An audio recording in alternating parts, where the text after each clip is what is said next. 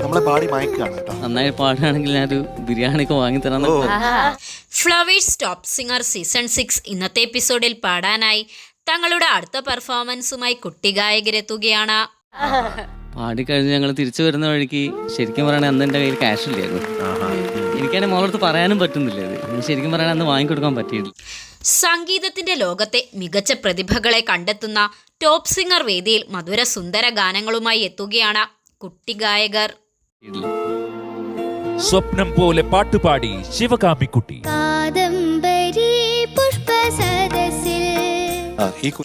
വളരെ മനോഹരമായ സ്വരമാധുര്യവുമായി എത്തി വേദിയെ കീഴടക്കിയ കലാകാരന്മാരും കലാകാരികളുമാണ് ഫ്ലവേഴ്സ് ടോപ്പ് സിംഗർ 6-ലുള്ളത്.